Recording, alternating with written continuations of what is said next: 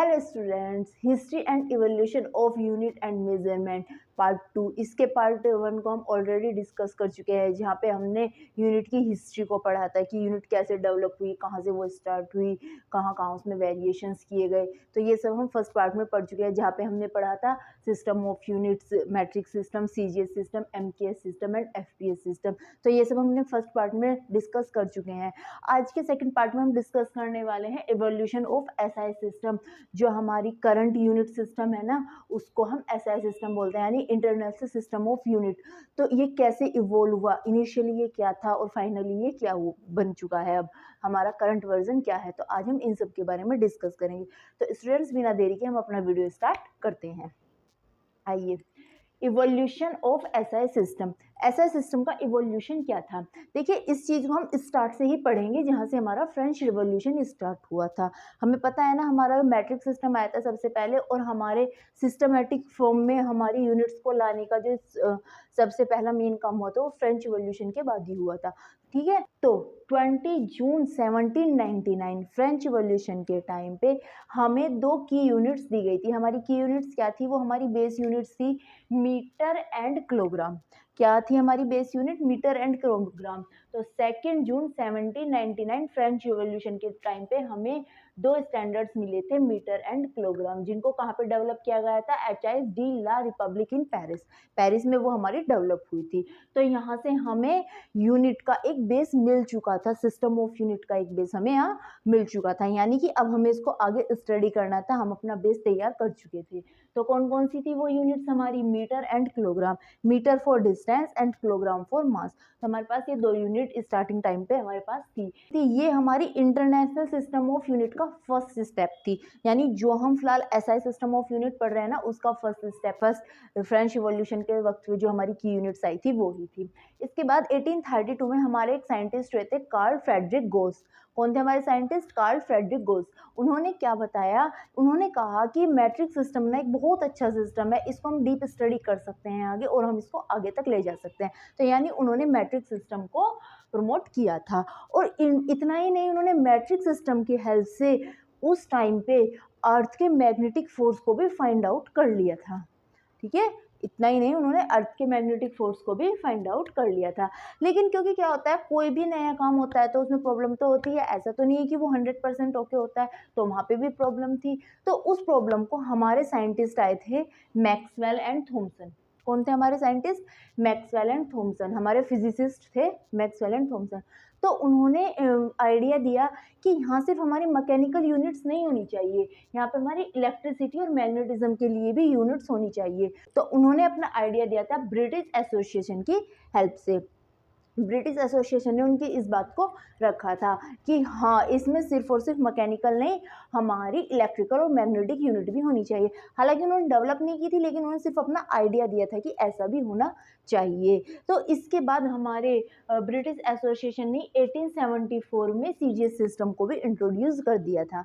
तो हमने क्या पढ़ा? पहले हमारा मैट्रिक सिस्टम आया था, उसके बाद सीजीएस सिस्टम। तो हमारा मैट्रिक सिस्टम आने के बाद 1799 में, उसके बाद हमारा 1874 में ब्रिटिश एसोसिएशन BAAS ने हमें सीजीएस सिस्टम भी दे दिया था। यहाँ पे हम सीजीएस सिस्टम के अंदर आ गए थे, लेकिन सीजीएस सिस्टम की भी क्या प्रॉब्लम थी? हमें पता है कि वो स्मॉल स्केल पे तो बहुत अच्छे से काम कर रहा था, लेकिन अगर हम वहीं बात करें लार्ज स्केल की, तो वहाँ पे सीजीएस सिस्टम हमारा फेल हो चुका था। मतलब कंप्लीटली फेल नहीं हुआ था, लेकिन वो बहुत सारी प्रॉब्लम क्रिएट कर रहा था, वो टाइम कंज्यूमिंग बहुत ज़्यादा हो रहा था। तो यानी अभी हमें यहाँ पे इवोल्यूशन की ज़रूरत थी। ठीक है, इलेक्ट्रिसिटी और मैग्नेटिज्म के अंदर सीजीएस सिस्टम हमारा इनकन्वीनियंट था।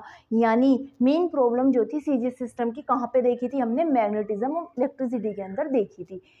और वो प्रॉब्लम्स कैसे शो हो रही थी? ठीक है, इलेक्ट्रिसिटी के अंदर अगर हम स्मॉल स्केल पे काम कर रहे हैं तो वहाँ पे तो ठीक हो रहा है, लेकिन वहीं अगर हम लार्ज स्केल पे बात कर रहे थे तो वहाँ पे कुछ गड़बड़ हो रही थी। और इसमें एक और प्रॉब्लम थी, इसमें प्रॉब्लम थी कि हमें अलग अलग यूनिट्स को डिफाइन करना पड़ रहा था यहाँ पे। जैसे कि मैं अगर इलेक्ट्रिसिटी की बात कर रही हूँ, वहाँ पे मैं एक स्मॉल वायर की बात कर रही हूँ सपोज। ठीक है, तो स्मॉल वायर के अंदर ठीक है, हमारी यूनिट हमने इलेक्ट्रिसिटी की कोई भी ए यूनिट मान ली। ठीक है, हमने माना कि इलेक्ट्रिसिटी के लिए यूनिट ए है, तो वो स्मॉल वायर के अंदर वैलिड थी। लेकिन अगर मैं उसको लॉन्ग वायर के अंदर रख दूँ, वहीं पे इलेक्ट्रिसिटी पे बात करूँ, तो वहाँ पे वो यूनिट वैलिड नहीं हो रही थी, यानी हमें लॉन्ग वायर के लिए एक अलग यूनिट यूज़ करनी पड़ रही थी, यूनिट भी। तो इस तरह से तो हमारी बहुत बड़ी प्रॉब्लम हो जाती थी कि एक ही क्वांटिटी के लिए हमें एक जगह कुछ और यूनिट यूज़ करनी है, सेकंड टाइम दूसरी, थर्ड टाइम दूसरी। तो इस तरह से हमें उनको यूनिट को बार-बार याद करना पड़ेगा, काफ़ी लंबा टाइम है और काफ़ी बहुत बड़ा प्रोसेस है और हमें याद भी बहुत ज़्यादा करना पड़ेगा। तो सबसे पहली बात ये थी कि इलेक्ट्रिसिटी और मैग्नेटिज़्म के अंदर हमारा सीजीएस सिस्टम इनकन्वीनिएंट था, ये वैलिड नहीं था।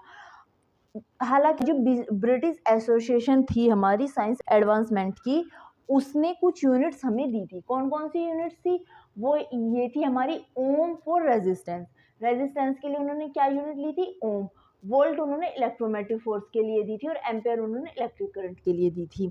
ठीक है? तो हमारी ये यूनिट्स उन्होंने दी थी अपने टाइम पे ही। लेकिन फिर आगे वेरिएशंस हुए, इवोल्यूशन हुआ और इवोल्यूशन होता चला गया। इसके बाद 20 मई 1875 को हमारा मैट्रिक कन्वेंशन हुआ। मैट्रिक कन्वेंशन क्या है, इस टॉपिक पे मैं अलग से एक वीडियो में बताऊंगी आपको।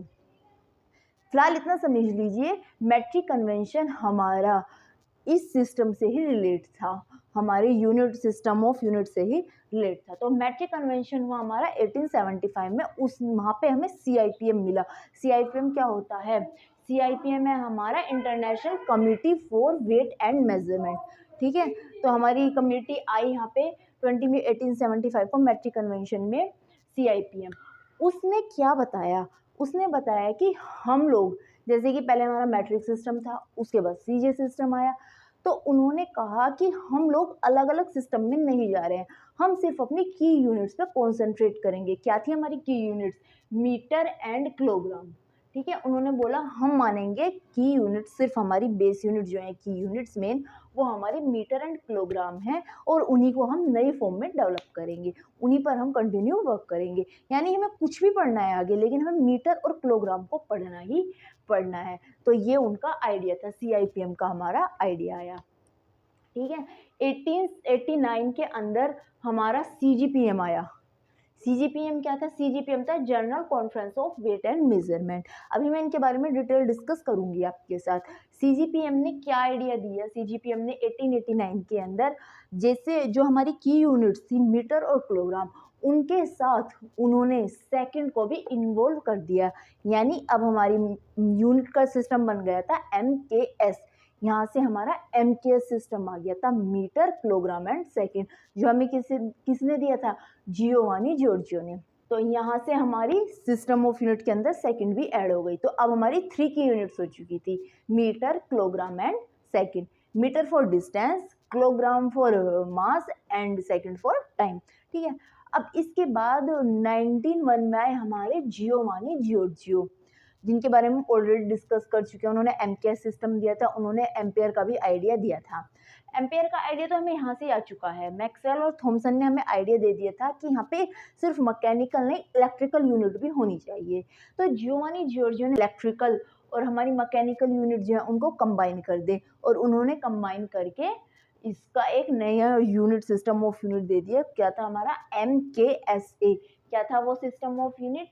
MKSA। हालांकि वो MKS के नाम से फेमस है, लेकिन हम उसको MKSA सिस्टम ऑफ यूनिट भी बोल चुके हैं, जिसको CIPM ने 1946 में अप्रूवल दे दिया था। यानी 1946 एक्ट में CIPM एक्सेप्ट कर चुका था कि ये सिस्टम ऑफ यूनिट बिल्कुल ठीक है, ये गलत नहीं है। उसके बाद 1954 में हमारे CGPM की 10th मीटिंग हुई। 10th मीटिंग में CGPM ने भी इसको अप्रूव कर लिया कि हाँ, हमारा MKS सिस्टम ऑफ यूनिट ठीक है, और उन्होंने इस चीज़ को एक्सेप्ट कर लिया और ये हमारा इंटरनेशनल सिस्टम ऑफ यूनिट बन गया। यानी कि अब हम इसको पूरे वर्ल्ड में इसको पढ़ सकते थे, हर एक किसी को ये वैलिड था, कोई भी इसको यूज़ कर सकता था। तो यहाँ से हमारा MKS सिस्टम ऑफ यूनिट आ गया। इसके बाद 1954 में BIPM ने हमें 2 यूनिट्स और दी। तो अभी हमारे पास 4 यूनिट्स थी, मीटर, किलोग्राम, सेकंड, एम्पेयर। यहाँ पे एम्पेयर को उस जियोवानी जॉर्जियो ने मर्ज कर दिया था मैकेनिकल यूनिट के साथ। तो उसके बाद हमें 2 यूनिट्स और मिल गई। 2 यूनिट्स वो कौन सी थी? Kelvin and candela. केल्विन हमारी टेम्परेचर के लिए थी और कैंडेला हमारी किसके लिए थी? इंटेंसिटी के लिए थी। कैंडेला इंटेंसिटी के लिए थी और केल्विन हमारी टेम्परेचर के लिए थी। तो 1954 में हमारे सिस्टम ऑफ यूनिट्स में 6 यूनिट्स आ चुकी थी, जो हमारी फंडामेंटल यूनिट यानी बेस यूनिट थी। ये हमारी बेस यूनिट थी कि हम इन्हीं से यूनिट्स को ड्राइव कर सकते हैं, जैसे कि मास के लिए सिर्फ किलोग्राम है, ठीक है। तो 1954 में हमारे पास कितनी यूनिट्स थी? टोटल 6 यूनिट्स थी। अभी आगे बढ़ने से पहले हम पहले जानते हैं CGPM, CIPM और BIPM ये हैं क्या। देखो, CGPM होता है हमारा general conference on weight and measurement, यानी जो वेट और मेजरमेंट की जर्नल कॉन्फ्रेंस थी वो CGPM होती है। CIPM होती है हमारी international committee for weight and measure, weight और मेजर के लिए इंटरनेशनल कमिटी। और BIPM होती है हमारी international bureau of weight and measure, ठीक है। अब इन तीनों को कब कब डेवलप किया गया? CGPM हमारा है 28 सितंबर 1889 में। उसके बाद CIPM आया था हमारा, पहले ही आ चुका था CIPM 20 मई 1875 में, और BIPM भी हमारा 20 मई 1875 में आया था, जब हमारा मैट्रिक कन्वेंशन हुआ था। तो वहाँ पे CIPM और BIPM को वैलिड मान लिया गया था, इन दोनों ऑर्गेनाइजेशन का डेवलपमेंट हो चुका था। लेकिन CGPM इसके बाद आया, क्योंकि क्या था, CIPM और BIPM थी, अब ये दोनों अपना काम तो कर रही थी, लेकिन एक बात तो समझो स्टूडेंट्स, मैं आपको इसको एक एग्जांपल से समझाती हूँ। अगर हमारे पास दो इंसान हैं, नंबर A और नंबर B, दोनों काम कर रहे हैं, दोनों एक ही लेवल पे काम कर रहे हैं, तो प्रॉब्लम क्रिएट होगी नहीं होगी? एक बंदा बोलेगा, एक बोलेगा कि ये ठीक है, दूसरा बोलेगा ये ठीक है, तो उनके दोनों के आपस में जो आइडियाज हैं वो मिसमैच होंगे। तो इस प्रॉब्लम को सॉल्व करने के लिए CGPM को लाया गया। CGPM इसका हेड है, head of CIPM and BIPM, इन दोनों का हेड है, यानी कि ये दोनों जो भी कुछ करते हैं ना, CGPM उसको देखता है, समझता है, और फाइनल जो हमारा कमिटमेंट होता है वो CGPM का होता है। यानी ये लोग कुछ भी कर ले, इसको CGPM से ही अप्रूवल मिलेगा। CGPM के अप्रूवल के बिना ये चीज़ वैलिड नहीं है। ये चीज़ हम इस तरह से मान सकते हैं, ये लोग कैसे काम करते हैं। CGPM क्या है? सपोज मैं हूँ, मुझे अपना घर बनाना है, तो घर बनाने के लिए हमें कई तरह के लोगों की ज़रूरत होगी ना, अलग अलग हमारी एक पूरी सीरीज चलेगी। जैसे कि सबसे पहले मुझे किसकी ज़रूरत होगी? आर्किटेक्चर की, जो इंजीनियर होगा मेरे घर का डिज़ाइन रेडी करेगा। उसके बाद मुझे ज़रूरत होगी कुछ वर्कर्स की, जो मेरे घर को बनाने के लिए काम करेंगे। तो अब क्या है, CGPM में वो ह्यूमन हूँ जिसे अपना घर बनाना है। अब मैंने CIPM को बुलाया, यानी कि मैंने एक आर्किटेक्चर को बुलाया और बोला मुझे घर बनाना है और मुझे मेरे घर में ये चीज़ यहाँ पे ऐसे चाहिए, ठीक है, क्लियर। उसको मैंने इंस्ट्रक्शन दिया कि मुझे घर बनाना है और मुझे ऐसे ऐसे चीज़ें चाहिए। तो अब CIPM क्या करेगा, वो उस जगह पे जाएगा, यानी आर्किटेक्चर वहाँ जाएगा जहाँ मुझे घर बनाना है, वो जगह को देखेगा, उसको इंस्पेक्ट करेगा और वो पूरा स्ट्रक्चर जो है मुझे हाउस का तैयार करके देगा कि ये घर इस तरह से होना है। अब ये जो स्ट्रक्चर बनाया है ना हमारा, वो हमारा BIPM के पास जाएगा। BIPM यानी जो हमारे वर्कर्स वहाँ पे काम करने वाले हैं, अब ये स्ट्रक्चर उन वर्कर्स को दिया जाएगा और वो उस स्ट्रक्चर के अकॉर्डिंग घर को रेडी कर देंगे। तो हम कह सकते हैं CGPM हमारा क्या है? गवर्निंग बॉडी, जो गवर्न करता है, ठीक है।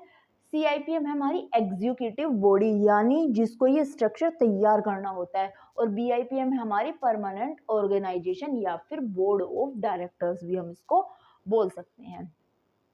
CGPM क्या है? हमारा supreme authority of metric convention, इसके बिना कोई काम नहीं हो सकता, और यही हर पॉलिसी को बनाती है। यूनिट और मेजरमेंट, अगर हमारे कहीं से कोई नई यूनिट आई है, किसी साइंटिस्ट ने बोला है कि नई यूनिट है, तो उसको वैलिड मानना है नहीं मानना है, उसको अप्रूवल देना है नहीं देना है, ये हमारी CGPM ही करती है। इसके बाद हमारी CIPM क्या करती है? उसकी एक्टिविटीज़ को देखती है BIPM की, वो BIPM को देखती है, उसकी एक्टिविटीज़ को देखती है, उसकी फाइनेंसेस को मैनेज करती है, यानी हमें उसको कब कितना फाइनेंस देना है, कितना पैसा देना है, ये सब हमारी CIPM देखती है। वो एडमिनिस्ट्रेशन को देखती है और वो अलग कंट्रीज़ के साथ कोऑर्डिनेट करती है, ठीक है। BIPM का क्या काम है? जितना भी काम है टोटल, जो हमारा वो यूनिट और मेजरमेंट के लिए होना है, वो सब हमारा BIPM देखती है। रिसर्च कोऑर्डिनेशन करना, अलग कंट्रीज़ के साथ कॉन्टैक्ट करना, यानी कि अगर एक साइंटिस्ट ने कोई हमें रिसर्च दी है अपनी, तो उसका काम है हमारी जितनी भी पार्टनर कंट्रीज़ हैं उन सब के साथ कॉन्टैक्ट करना और वहाँ उन्हें बताना कि देखो इसने ये बोला है, क्या हम इसको सही मान सकते हैं या नहीं। वहाँ पे हमारे BIPM के अंदर सारे साइंटिस्ट बैठते हैं, सब वर्कर्स वो काम करेंगे। अगर वो यहाँ से अप्रूव हो गया तो वो CIPM के पास जाएगा। CIPM उसको देखेगा क्या ये सही है, नहीं है, क्या एक्टिविटी है। इसके बाद CIPM उसको CGPM के पास लेके जाएगा। जो लास्ट हेड ऑफ कंपनी होते हैं वो इस चीज को अप्रूवल देंगे या नहीं देंगे, ये काम CGPM का होता है। तो क्लियर है CGPM, CIPM, BIPM का क्या काम है और ये क्यों है। ठीक है, तो चलिए हम अपने टॉपिक पे आगे बढ़ते हैं। तो BIPM 1948 में स्टार्ट हुआ था, मतलब ये यहाँ पे बन चुके थे लेकिन इनके स्टार्टिंग ईयर्स ये हैं। तो यहाँ पर हम आ गए थे MKS सिस्टम तक। हमारा MKS सिस्टम आ चुका था इस टाइम पे, हमारे पास MKS सिस्टम था। फिर जो CGPM की मीटिंग होती है ना, इसकी मीटिंग एवरी 4 ईयर्स में होती है। अल्टरनेटिवली हर 4 साल में हमारी CGPM की मीटिंग होती है। तो 1954 के बाद हमारी CGPM की मीटिंग हुई 1960 में।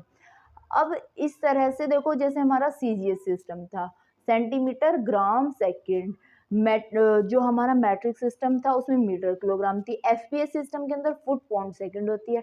इसी तरह से हमारी MKS सिस्टम के अंदर मीटर किलोग्राम सेकंड होती है। अगर मैं MKSA की बात करूँ तो एम्पेयर आ गया तो वो MKSC बन गया। तो अब यहाँ पे प्रॉब्लम ये है कि ऐसे तो हम यूनिट ऐड करते चले जाएंगे और बार बार इसको नाम बदलते चले जाएंगे, तो ये तो प्रॉब्लम वाली चीज थी। तो 1916 में हमारे CGPM की जो मीटिंग थी ना, वहाँ पे सजेशन दिया गया कि हम इस पूरे सिस्टम का नाम ही चेंज कर देते हैं, और इन्होंने इसको इंटरनेशनल सिस्टम ऑफ यूनिट यानी SI सिस्टम नाम दे दिया, जो कि हमारा करंट सिस्टम ऑफ यूनिट्स है। तो हम जो करंट सिस्टम ऑफ यूनिट पढ़ते हैं, क्या पढ़ते हैं, SI सिस्टम ऑफ यूनिट। तो वहां से हमें SI सिस्टम ऑफ यूनिट मिला 1960 में। बाद में साइंटिस्ट अपना काम कंटिन्यू करते चले गए थे और उन्हें एक नई यूनिट भी मिल गई थी, यानी एक न्यू बेस यूनिट उन्हें मिल गई थी। तो वो हमारी बेस यूनिट थी हमारी अमाउंट ऑफ सब्सटेंस की, और यूनिट क्या थी, वो मोल। ठीक है, उसके बाद जब 1971 में हमारी 14th मीटिंग हुई CGPM की, वहां पे उसको अप्रूवल दे दिया गया, और इस तरह से हमारा करंट वर्जन जो था ना यूनिट का, वो हमारा कंप्लीट हो गया। तो हमारे जो करंट वर्जन ऑफ यूनिट है उसमें टोटल कितनी यूनिट्स है, 7 यूनिट्स है। कौन कौन सी है वो 7 यूनिट्स, मीटर लेंथ के लिए, kilogram mass, second time, ampere electric current, kelvin thermodynamic temperature, mole amount of substance, candela for luminous intensity. तो ये हमारा जो करंट वर्जन है उसके अंदर SI सिस्टम के अंदर हमारी 7 बेस यूनिट होती हैं, और इन्हीं से हम अपने ड्राइव यूनिट्स को निकालते हैं। आई होप स्टूडेंट्स आपको ये पूरा टॉपिक अच्छे से समझ आया होगा। इंडिया ने SI सिस्टम को कब अडोप्ट किया था, तो इंडिया ने SI सिस्टम अडोप्ट करने में टाइम लगाया था। इंडिया में हमारा SI सिस्टम 1958 में आया था, यानी इंडिया ने इसको 1958 में अडोप्ट किया था। इसके बाद से हम भी अब जो स्टडी इंडियंस भी करते हैं, हम भी मेजरमेंट करते हैं, वो हमारा भी SI सिस्टम ऑफ यूनिटी है। तो क्लियर है स्टूडेंट्स, आई होप आपको ये वीडियो अच्छा लगा होगा, और ऐसे ही मैं आपके लिए आगे भी वैल्यूएबल वीडियोस देके आती रहूँगी। तो मेरे चैनल फिजिक्स की दुनिया बाय जूही चौधरी को सब्सक्राइब ना करना भूलें।